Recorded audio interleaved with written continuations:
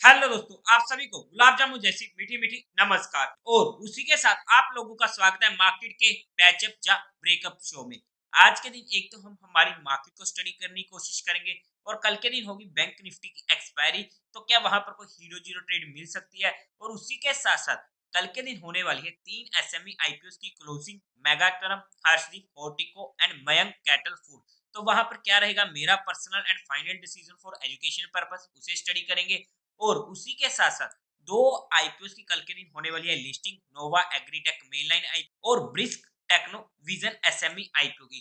तो उन दोनों आईपीओ में क्या रहेगी मेरी listing strategy according to my mindset and according to my risk factor. तो वहां पर उनकी लिस्टिंग स्ट्रेटेजी को भी स्टडी आउट करने की कोशिश करेंगे। तो अभी से ही इस वीडियो को लाइक और चैनल को सब्सक्राइब कर दीजिएगा। अगर हम सबसे पहले आज के दिन का एफआई और डीआई डाटा चेकआउट करते हैं, तो आज के दिन एफआईआईज ने 1970 करोड़ की सेलिंग करी है, वहीं पर डीआई ने 1000 करोड़ की बाइंग करी है। एफआईआईज की सेलिंग कंटिन्यूसली हमें देखने को मिल रही है इस मंथ में, जो हमारे लिए क्वेश्चन का पॉइंट होने वाला है। ओवरऑल में फिगर नेगेटिव साइड का, जो हमारे लिए नेगेटिव हो जाता है।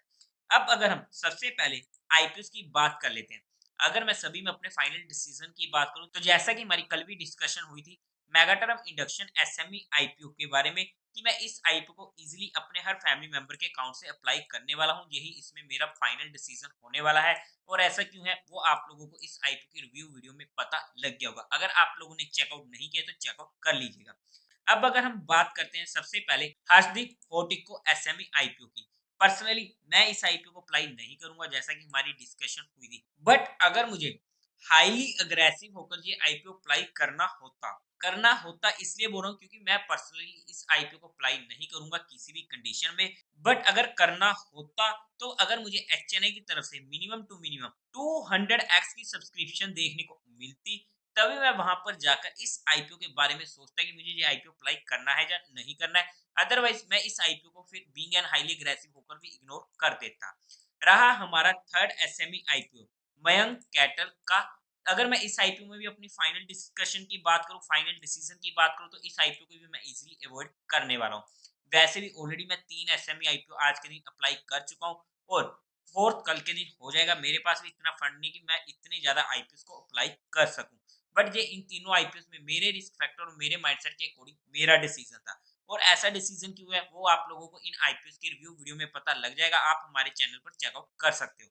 अब अगर हम बात करते हैं हमारे कुछ आईपीओ की जिनकी होने वाली लिस्टिंग, उससे पहले मेगाटर्म का जीएमपी चल रहा है 125% का, हर्षदीप का चल रहा है 33% का। इसलिए मैंने इसको डिस्कस किया है कि अगर ये आईपीओ मुझे हाईली अग्रेसिव होकर अप्लाई करना होता, क्योंकि जहां पर एक अच्छा जीएमपी देखने को मिला है।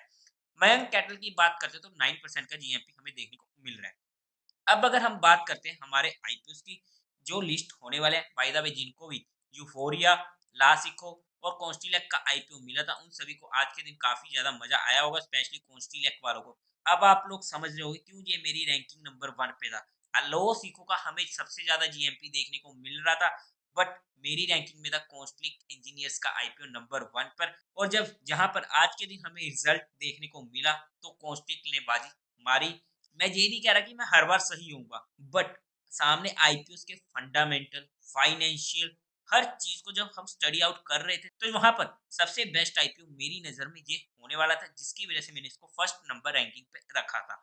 और बाय द वे ईपैक में जो हमारी लिस्टिंग स्ट्रेटेजी थी, आई होप कि आप लोगों को काफी ज्यादा हेल्प मिली होगी, क्योंकि ये आईपीओ सीधा खुलने के बाद भी नीचे की साइड ही आता गया। क्या ये ऊपर को नहीं आ सकता था? आ सकता था, बट रूल्स हमें हमारे अकॉर्डिंग बनाने पड़ेंगे।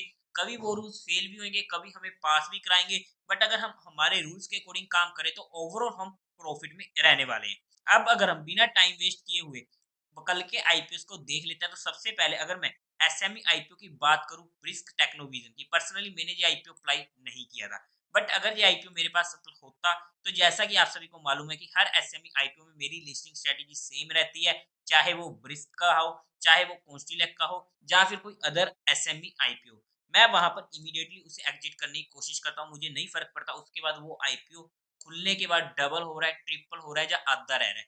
मेरा वहां पर रूल है कि एसएमई आईपीओ को इमीडिएट बुक करना, वो मैं करने की कोशिश करता हूँ। रीजन की बात करूं तो हमें वहां पर जनरली सर्किट देखने को मिल जाते हैं, अपर सर्किट लगेगा या लोअर सर्किट लगेगा। अब क्या लगना कंफर्म है? कोई कंफर्म नहीं है। कौन सा लगेगा ये भी किसी को नहीं पता, बट मोस्ट प्रोबेबली चांस होते हैं कि जहां पर हमें सर्किट देखने को मिल जाए। अपर सर्किट में हमें कोई दिक्कत नहीं होती, हमें सिर्फ मजे आते हैं। बट लोअर सर्किट में हमें दिक्कत होनी शुरू हो जाती है। वहां पर जब तक वो सर्किट फिर खुलेगा नहीं, तब तक हमारा एग्जिट नहीं हो पाएगा, जिसकी वजह से मैं इस सर्किट के चक्कर में नहीं पड़ता हूँ और मैं वहां पर इमीडिएटली इन आईपीओ को एग्जिट कर जाता हूँ। यही मेरी होती है किसी भी एसएमई आईपीओ में listing strategy, according to my rules, according to my risk factor. आप लोग अपने रूल्स खुद बनाइएगा, अपने माइंडसेट और अपने रिस्क फैक्टर के अकॉर्डिंग, और कोई भी एक्शन लेने से पहले एक बार अपने फाइनेंशियल एडवाइजर से कंसल्ट जरूर कर लीजिएगा। अब अगर हम बात करते हैं हमारे नोवा एग्रीटेक आईपीओ की, ये आईपीओ मैंने अप्लाई किया था, बट विद बैड लक नहीं मिला, कोई दिक्कत नहीं है। बट अगर ये आईपीओ मेरे पास होता, तो इसमें सबसे पहला जो मेरा होने वाला था कि जैसे ही ये आईपीओ ओपन होता है, वहां पर मैं 50% क्वांटिटी को इमीडिएट बुक करूंगा, और बाकी 50% क्वांटिटी को मैं पहले 15 मिनट के लो पर इजीली ट्रेल करूंगा। यही मेरी इसमें लिस्टिंग स्ट्रेटेजी होने वाली थी। सेकंड सिनेरियो हो जाता है कि अगर ये आईपीओ छोटे से प्रॉफिट पे या हल्के फुल्के डिस्काउंट में खुल जाता है, जैसे कि ईपैक ड्यूरेबल आईपीओ, तो वहां पर मैं पूरा का पूरा इमीडिएट बुक करने की कोशिश करूंगा। हालांकि इसकी प्रोबेबिलिटी इसमें कम है, बट फिर भी हमने डिस्कस कर लिया है। बट हाँ, अगर बाय चांस डिस्काउंट में खुलता है, तो वहां पर मैं ज्यादा से ज्यादा 1% का स्टॉप लॉस लेकर उसे ट्रेल करने की कोशिश करूंगा। अगर स्टॉप लॉस हंट होता है तो फिर मैं निकल जाऊंगा, चाहे फिर वो मेरा स्टॉप लॉस हंट करके ऊपर को ही क्यों ना आ जाए, मुझे उसके बाद कोई फर्क नहीं पड़ता। क्या आप लोगों को नोवा एग्रीटेक का आईपीओ मिला है, तो वीडियो को लाइक जरूर कर दीजिएगा, और उसी के साथ साथ कोई भी एक्शन बनाने से पहले एक बार अपने फाइनेंशियल एडवाइजर से कंसल्ट जरूर कर लीजिएगा। अब अगर हम मार्केट की बात करते हैं, हमारी बात हुई थी वीकली बेसिस पर, जो संडे के दिन वीडियो आई थी 21,830 के लेवल की। कल के दिन हमारी बात हुई थी 21,850 के लेवल की। मतलब कि 21,830 से 850 का लेवल हमारे लिए रेजिस्टेंस था। अब मार्केट पलटती है हमारे रेजिस्टेंस से, और वहां से मैं सीधा का सीधा नीचे की साइड मूव दे चुका था। हमने कल स्पेशली डिस्कस किया था कि मार्केट एक दिन ऊपर को जाता है, फिर नीचे को आ जाता है, फिर ऊपर को जाता है, फिर नीचे को आ जाता है। अब क्या कल के दिन मार्केट फिर से ऊपर को जा सकता है, वो इम्पोर्टेंट होगा स्टडी करने के लिए। बट हाँ, एक बार तो हमारा स्टॉप लॉस हिट होगा ही होगा, कभी ना कभी तो, क्योंकि हमेशा हम सही नहीं रहेंगे। बट हम ऑलरेडी 4 बार ठीक हो चुके हैं, तो हमारा रिस्क फैक्टर ऑलरेडी हमारे काम में आ चुका है। बट पर्सनली अब मैं कल, परसों और 2 तारीख तक कोई भी ऑप्शन बाइंग में ट्रेड नहीं करूंगा।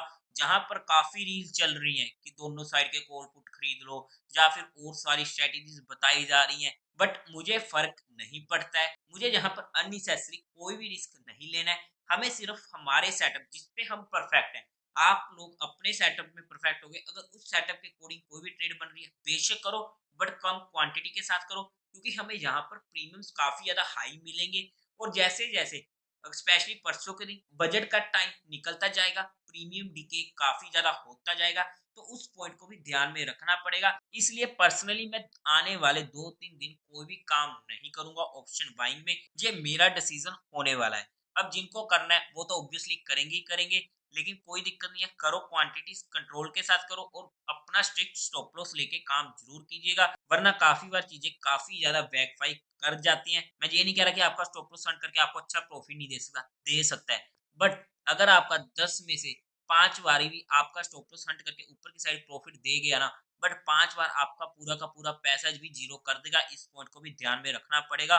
तो वहां पर ओवरऑल में हम काफी ज्यादा नुकसान में चले जाते हैं। बट फिर भी अपने रिस्क फैक्टर और अपने माइंडसेट और अपने फाइनेंशियल एडवाइजर की सलाह से कोई एक्शन लीजिएगा, बिकॉज यहाँ पर ऑप्शंस में काम करना काफी ज्यादा रिस्की हो सकता है, स्पेशली आने वाले 2-3 दिनों के लिए। बट बाय द वे, अगर हम टेक्निकली बात करते हैं, तो हमारे लिए इमीडिएट जो मेजर रेजिस्टेंस है अब मिलेगा 21,700 का, और उसी के साथ साथ 21,500 के नीचे अगर मार्केट जाते, तो वहां पर हमें 50 से 100 पॉइंट तक की मूव नीचे की साइड मिल सकती है।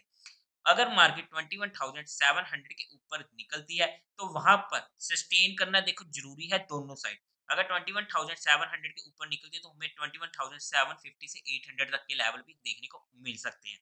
बट हमारा वहां पर स्टॉप लॉस मैक्सिमम 20 पॉइंट से ज्यादा का नहीं होना चाहिए। और उसी के साथ साथ अगर बैंक निफ्टी में कोई भी हीरो जीरो ट्रेड मिलती हुई, स्पेशली कल के दिन हीरो जीरो ट्रेड देखेंगे 2:30 बजे के बाद, अगर कुछ मुझे मिलती हुई अच्छी खासी, क्योंकि मेरे लिए हीरो जीरो का मतलब है 1:मिनिमम 5 का रेशो, कि 1 रुपया खोने को और कम से कम 5 रुपए मिले। मैं ये नहीं कहता कि मुझे हीरो जीरो में पैसा डबल करना है। अरे वहां पर रिस्क भी हमारा काफी ज्यादा बढ़ जाता है, क्योंकि हमने अगर पैसा जीरो कर दिया और उसके बदले में हम डबल का रिस्क ले रहे हैं, तो कोई फर्क नहीं पड़ता। हमारा रिस्क रिवॉर्ड कम से कम 1:5 का होना चाहिए। देखो, मिलना या ना मिलना अलग मैटर है, बट अगर वहां पर चांसेस हुए कि हाँ, अब जहाँ पर कॉल सेलर या पुट सेलर ट्रैप हो चुके हैं, तो यहाँ पर हमें एक अच्छी शॉर्ट कवरिंग किसी भी साइट की मिल सकती है। तो वहाँ पर मैं आप लोगों को टेलीग्राम चैनल पर अपडेट कर दूँगा। टेलीग्राम चैनल का लिंक आपको डिस्क्रिप्शन में मिल जाएगा और उसी के साथ-साथ आप लोगों को म्यूचुअल फंड में या इंश्योरेंस सेगमेंट में कोई भी हेल्प चाहिए हो, जो आपकी कोई भी क्वेरी हो, तो आपको डिस्क्रिप्शन में मेरा नंबर मिल जाएगा। आप मुझसे कॉन्टैक्ट कर सकते हैं। आपकी क्वेरी को जल्दी से जल्दी सॉल्व कर दिया जाएगा।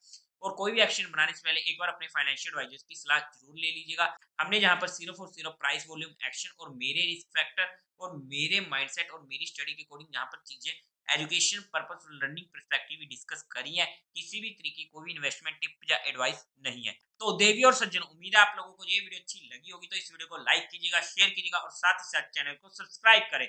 हर हर महादेव।